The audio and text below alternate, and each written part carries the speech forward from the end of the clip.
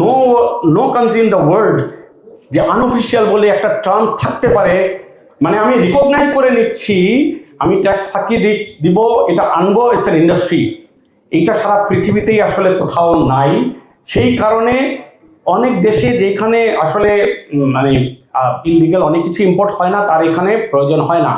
যেসব জায়গায় security vulnerability আছে, যেসব কান্ট্রিতে ইললিগাল ইম্পোর্ট এ ধরনের হয়, সে সমস্ত কান্ট্রিতে অলরেডি ইমপ্লিমেন্টেড।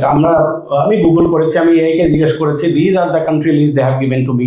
আপনারাও গুগল করতে পারেন, you can ask to any of AI, you will also find this countries already exist. এটা হয়তো এনিয়ার নামে নাই, ইটস এ ডিফারেন্ট নেমে আছে। যদি আইবিএ হোয়াইট লিস্টিং বলেন, you will get this data. আরেকটা জিনিস ওনারা বলে, সেটা হচ্ছে যে ওনারা যথেষ্ট সময় পায়নি। বাট আমি এখানে একটু রেফার করি, অক্টোবরে প্রথমে বলা হয়েছিল, এটা আসলে শুরু হয়েছে আরও অনেক আগে থেকে। 2021 সালে প্রথমবার এই ইনিশিয়েটিভটা নেওয়া হয়েছিল। তখনও তাদের কারো কারো এটার মতামত ছিল, ওই সময়টাতে হয়তো বা হয়নি। আমরা আমাদের অ্যাসোসিয়েশন থেকে মাননীয় তথ্য যোগাযোগ মন্ত্রণালয়ের উপদেষ্টা, স্পেশাল সেক্রেটারি সহ, উপদেষ্টা সহ আমরা তাদের সাথে বসেছি, 2 থেকে 3 বার বসেছি, এক্সপ্লেন করেছি। তারা যে জিনিসটা চেয়েছে, অনেকগুলো জিনিসই সরকার রাজি হয়েছে। তারা বলেছে যাদের এক্সিস্টিং যে স্টকটা আছে, সেই স্টকটাকে